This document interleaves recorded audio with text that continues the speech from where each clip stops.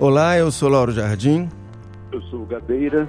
Eu e Gabeira vamos fazer um episódio um pouquinho diferente do habitual hoje. Eu estou aqui na redação do Globo, no centro do Rio de Janeiro, e o Gabeira está no Piauí, mais precisamente na cidade de Parnaíba, gravando o programa dele para a Globo News. Mas o resto não muda. Como em todas as terças-feiras, a gente está aqui para um papo sobre os assuntos quentes da semana. A ideia é a gente analisar, destrinchar, opinar, dar os bastidores de temas que vão da política nacional à política internacional, meio ambiente, sociedade, economia e outras coisas mais.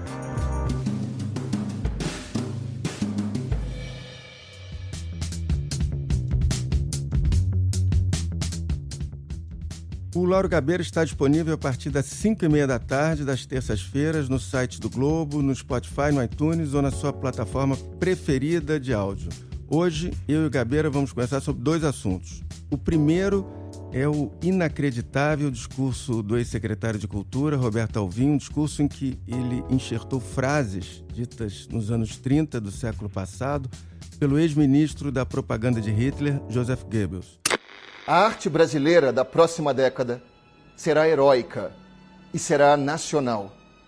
Será dotada de grande capacidade de envolvimento emocional e será igualmente imperativa, posto que profundamente vinculada às aspirações urgentes do nosso povo.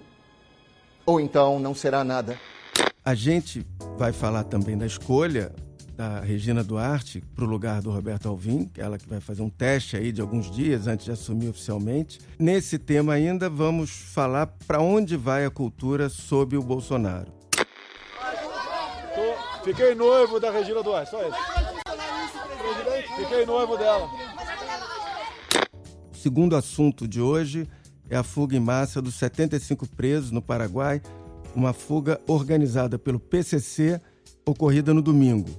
Agora, antes de começar, eu vou pedir para o Gabeira contar para a gente o que ele está fazendo em Parnaíba. Fala aí, Gabeira.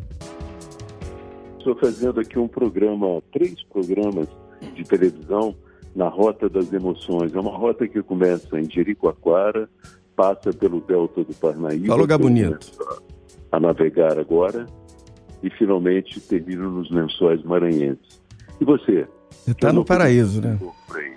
Bom, ontem eu publiquei uma nota no meu blog, que na verdade a gente já encaminha para o primeiro assunto de hoje, contando um bastidor da demissão do secretário Roberto Alvim, em que, pese as pressões da comunidade judaica, que foram fortes por motivos óbvios, foi fundamental para o Bolsonaro decidir se livrar do Roberto Alvim. Foram dois ministros, dois generais de 4 estrelas, o general Augusto Heleno e o general Luiz Eduardo Ramos.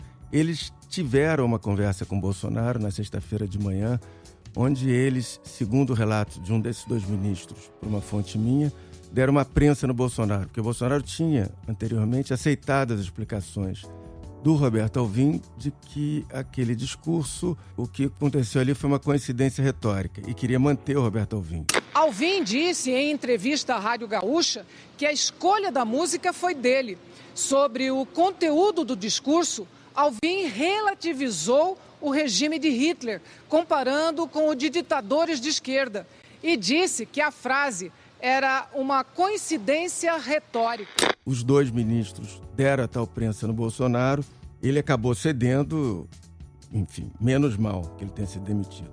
Gabeira, antes de repassar a palavra para você, eu queria pontuar, exatamente ainda falando dos generais, que não só a comunidade judaica teve importância na demissão, quer dizer, para as Forças Armadas isso é um ponto de honra. Se é uma coisa que os militares têm orgulho da trajetória do Brasil na Segunda Guerra, com a FEB, na Itália, e isso é um ponto de honra para eles. Então você ter feito um discurso exaltando, ou pelo menos citando nazistas, é uma coisa inaceitável para as Forças Armadas. Inclusive coincide com o que você está descrevendo. Eu estava no interior do Ceará quando recebi a notícia e alguém me telefonou para que eu repercutisse, mas não havia possibilidade ali, as condições eram difíceis, e eu exatamente diria isso, que um dos principais constrangimentos, além da colônia judaica, um dos principais constrangimentos seria com as Forças Armadas. Afinal, faz parte do currículo das Forças Armadas a luta contra o nazifascismo. Elas se orgulham disso. Então seria praticamente abalar toda a imagem das Forças Armadas se elas concordassem com uma situação como essa. Então isso para mim não teve grandes dúvidas, mas eu já havia escrito e tenho escrito muito sobre a questão da cultura no governo Bolsonaro e também da cultura em governos de esquerda, mostrando que a base, a raiz desse problema que levou ao fim a esse discurso apocalíptico, a raiz desse problema é exatamente o fato deles considerarem a arte como um instrumento de propaganda. Olha a questão da cultura agora com o Roberto Alvim. Mudou. Estão criticando? Sinal que estamos fazendo a coisa certa. A cultura tem que existir para atender os interesses da maioria e não de minorias isoladas. Na verdade, eles não reconhecem, o governo Bolsonaro, nos discursos dele, não reconhece a autonomia da arte. Ele acha que ela deve cumprir uma função que é uma função auxiliar da sua visão programática. Então, toda vez que isso acontece, evidentemente que vai se descambar para o autoritarismo, porque a arte tem uma autonomia dela, ela é independente, né? Então, isso, para mim, é a base, é a raiz, a troca do secretário de Cultura, do Roberto Alvim, pela Regina Duarte, representa uma leveza maior, evidentemente. Ela tem pessoas que consideram que ela é capaz de fazer alguma coisa boa. Enfim, atenua bastante o quadro na Secretaria de Cultura. Regina Duarte aceitou conhecer a Secretaria Especial de Cultura e disse que está noivando com o governo. O fundamento da política do Bolsonaro, tanto que quando o Alvim fala, a arte tem que ser nacional. O que é isso, arte nacional? Eu me lembro das bobagens que a gente teve que enfrentar, discutindo, evidentemente, quando surgiu a Bossa Nova. Para as pessoas, a Bossa Nova não era nacional, entende? Ela era influenciada pelo jazz. Então, é uma dificuldade muito grande você definir isso. A outra coisa é que eles dizem que a arte tem que ser heróica. Abre o caminho também para punir ou para desprezar ou até perseguir o artista que cuida dos dramas individuais, das hesitações, dos fracassos pessoais, porque isso não está dentro do quadro da arte heróica. Por aí você vê que forma-se um panorama e um tema que você, entrando nele, você fatalmente será atacado e fatalmente será rejeitado se não fizer a propaganda. Eu concordo com você, aliás, concordo 100% que a Regina Duarte traz mais leveza para a Secretaria de Cultura. Agora, olhando a situação, eu não consigo imaginar que esse quadro, já pintado pelo Roberto Alvim, possa mudar numa eventual gestão Regina Duarte, porque, na verdade, o Bolsonaro ele estava plenamente satisfeito com a gestão Alvim. Aliás, no dia que o discurso do Roberto Alvim foi propagado, numa live ao lado do Roberto Alvim, o Bolsonaro disse uma frase que era o seguinte: agora sim temos um secretário de Cultura de verdade. É no lado aqui o Roberto Alvim, o nosso secretário de Cultura. Depois de décadas, agora temos sim um secretário de Cultura de verdade. Amém. Que atende o interesse da maioria da população brasileira, a população conservadora e cristã. O Bolsonaro, ele quer exatamente o que o Roberto Alvim estava propagando. Ele, na verdade, se o Roberto Alvim não tivesse escorregado na própria loucura, ele ainda estaria lá e o Bolsonaro feliz da vida. O Alvim apenas foi brifado sobre a política que ele deveria desenvolver. Dessa política que ele foi aconselhado a desenvolver, ele extraiu esse discurso, que é até coerente com a política que ele foi orientado a desenvolver, entende? A Regina Duarte ontem, na segunda-feira, das poucas declarações que ela deu, ela disse o seguinte: quero que seja uma gestão para pacificar a relação da classe com o governo. Eu acho essa frase absolutamente vazia pelo seguinte: o Bolsonaro, pela política que ele faz, pelo jeito dele de atuar na política, ele não quer essa paz com a classe artística. Ou ele vai querer a submissão da classe artística, o que ele não vai ter, Agora, o que ele não quer é a paz, porque ele joga no confronto, seja com a classe artística, seja com políticos, seja com o PT. Ele é um homem de confronto do café da manhã à última refeição. Então, essa pacificação que eu até acho que talvez, sinceramente, ela imagine, se ela começar a tentar colocar em prática, ele vai barrar, talvez com uma daquelas declarações que ele dá, a saída da Alvorada ali para aquela claque e para os jornalistas que lá ficam. Eu não posso admitir que com dinheiro público se façam filmes como o da Bruna Surfistinha. Não dá. Apresentou propostas sobre a Ancine, vamos trazê-la para Brasília? Eu acho que a tua previsão é a mais correta. No entanto, a gente tem que abrir espaço para o cálculo político. Pode ser que a Regina Duarte, desenvolvendo uma política que atenue um pouco a face do governo, ele compreenda que isso eleitoralmente interessa mais. Sim. Então ele deu uma pequena virada nesse caminho. É possível que o oportunismo eleitoral talvez mude, mas se não houver essa visão eleitoral influenciando, eu acho que a tendência dele é exatamente essa, de purificar a arte brasileira. E purificar a arte brasileira, para ele, significa extrair todos os elementos que não só que sejam elementos de esquerda, contestatários e tal, mas também tudo que não for aquilo que está num programa de uma arte nacional, heróica, como o Alvim quis defender.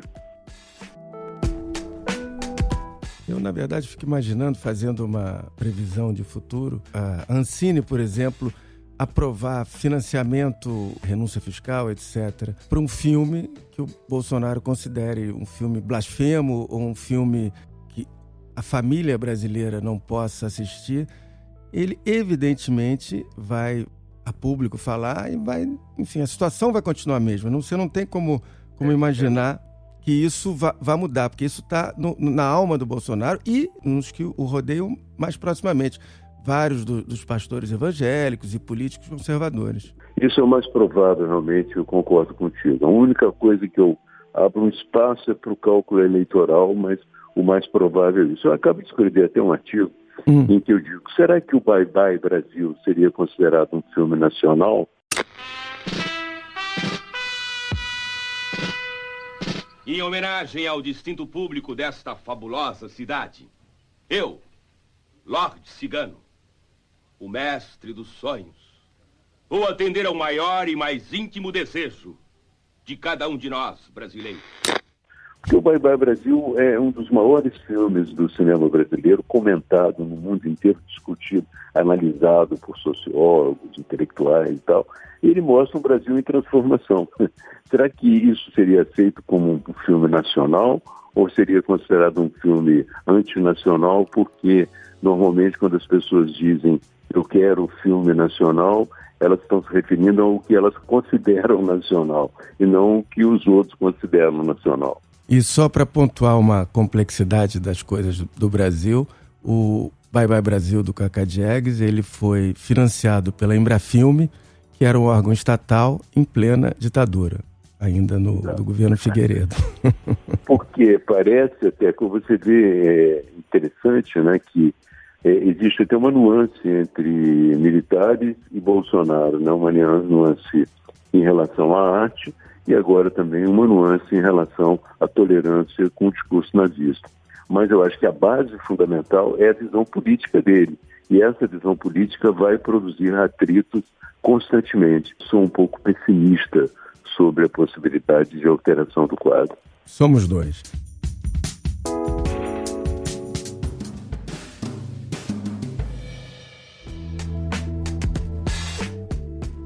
Agora vamos passar para o segundo assunto de hoje, a fuga de 75 presos ligados ao PCC de uma penitenciária no Paraguai.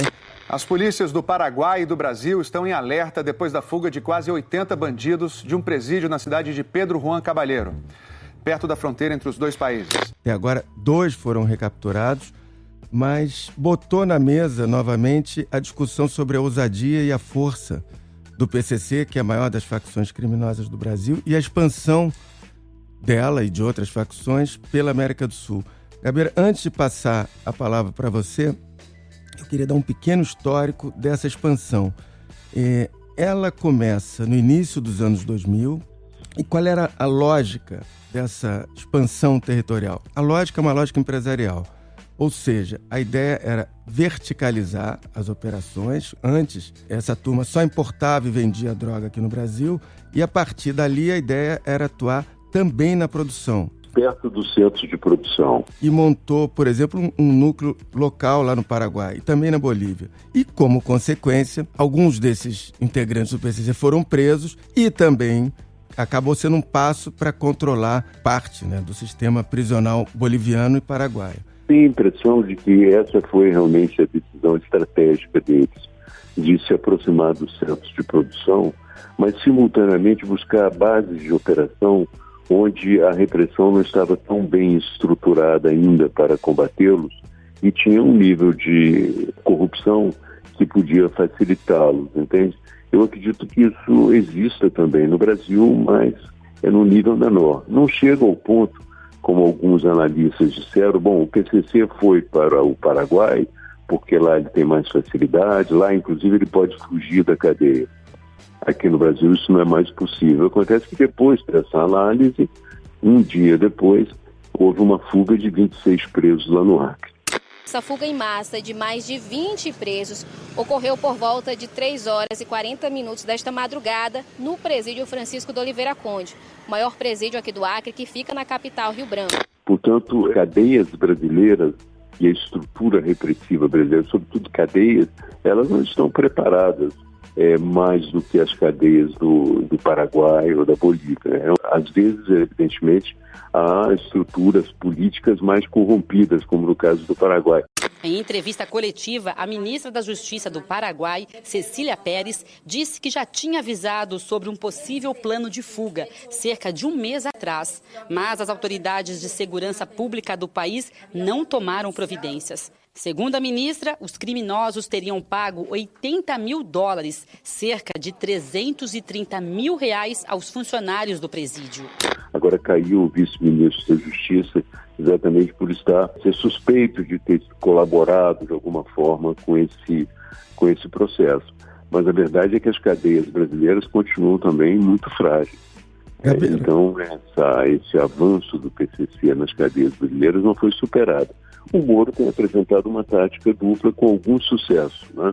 A primeira coisa é que ele tem colocado os líderes em presídios bem distantes, presídios federais, isolados.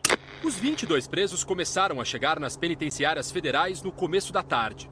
Eles foram levados para 3 presídios: Brasília, Porto Velho e Mossoró, no Rio Grande do Norte. Mas acontece que existe um limite para essa política. Os líderes são poucos, mas os membros são muitos. Você não pode colocá-los muito afastados, porque não há cadeia para isso, entende? O segundo ponto que eles têm atacado, eu acho que esse também é muito correto, são as finanças, né? Agora, no Paraná, a Polícia Federal, houve uma operação, Paraná-São Paulo, conjunta, em que foram atacadas as finanças e presas 20 pessoas que teriam colaborado com esse processo de lavagem de dinheiro do grupo. Também é um caminho correto.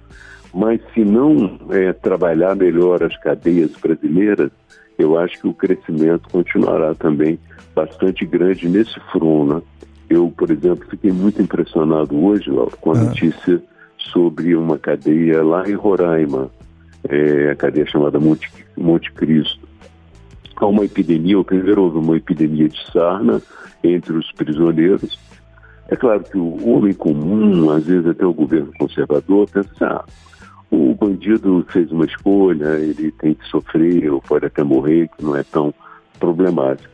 No entanto, os presídios têm contato com o exterior, né? Há pessoas que visitam, há funcionários que trabalham lá, e trata-se de uma questão biológica que tem que ser vista com muito cuidado. Então, essa situação de saúde dentro de presídios é muito perigosa, porque ela é uma bomba biológica que pode estourar para fora também dos presídios. Voltando aqui um pouco para a fuga de domingo, É uma fuga que deve ter deixado um gosto amargo para a Polícia Federal, para o Ministério da Justiça, para o ministro Moro, porque na semana passada a Polícia Federal comemorava que os números de bens bloqueados de traficantes, de integrantes do crime organizado, que chegou a 654 milhões no ano passado. Isso é fundamental, claro, é importante para você descapitalizar o crime organizado. Acontece essa fuga no domingo, logo depois desses números que foram divulgados. E a outra coisa que tem que ficar, que é importante, é o seguinte: a Polícia Federal do Brasil, ela tem uma enorme influência nessas polícias, no equivalente à Polícia Federal da Bolívia e do Paraguai. Por quê? Porque o Brasil, assim, aliás, como os Estados Unidos faz muito com outros países mais pobres, o Brasil fornece dinheiro, tecnologia, carros para equipar as polícias desses dois países.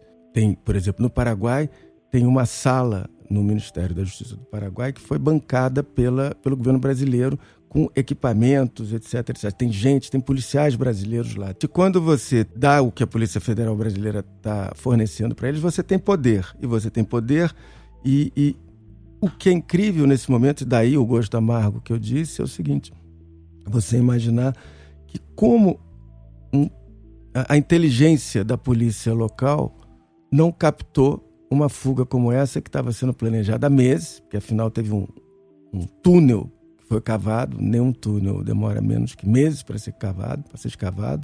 Os presos saíram por este buraco que fica, olha só, bem pertinho do muro do presídio. Quando eles saíram, ainda estava escuro. Segundo a polícia, eles se arrastaram até o alambrado que fica do outro lado, cavaram um outro buraco para ter acesso à rua. A polícia de lá não soube, claramente tem um grau aí de corrupção que precisa ser definido. Agora, a polícia brasileira, como é que eles podem admitir isso? Comeu mosca. O fato é esse. Com toda a força que a polícia brasileira teria lá fora, ela foi passada para trás.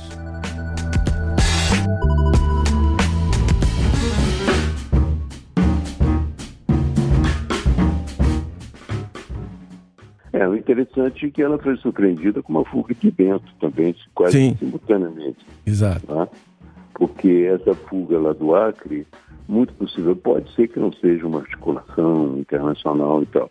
Mas nós sabemos pela política em cadeia e tal, como são as coisas em cadeia, que se existe uma fuga em preparação, quando você lê no jornal que houve uma outra fuga de grandes dimensões, a tendência é precipitar para evitar que os mecanismos de repressão se aprimorem. Fazer logo a fuga que estava em planejamento, realizar logo. Pode ser que tenha acontecido isso no Acre. Essa fuga também de domingo acontece semanas antes. Para o mês de fevereiro estava sendo programado, aliás, quando ia marcar um ano daquela transferência feita no ano passado de 29 líderes do PCC de presídios em São Paulo para presídios federais, e uma nova leva de presos, de líderes do PCC que estão em São Paulo, iam ser transferidos. Quer dizer, isso tudo vai ficar meio nublado com essa fuga de domingo, que tem ainda muita explicação a ser dada. É uma luta muito difícil, é um processo muito complexo. Eu acho que, evidentemente, que é interessante o trabalho o trabalho no sentido de detectar contas bancárias, coibir a lavagem de dinheiro, detectar todas as relações aqui fora. Mas se você não se prepara para as cadeias também, o processo dentro das cadeias continua funcionando. E se você não se prepara uma reação continental, você não consegue combater um crime que hoje é transnacional, ele não tem mais essa característica estritamente nacional. Exato.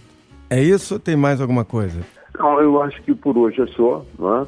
Isso. Vamos esperar a evolução desses acontecimentos. Eu acho que esse processo de luta com o PCC é um processo longo, e eu acho que na questão cultural nós teremos novidades muito rapidamente, porque isso é realmente essa visão política do governo.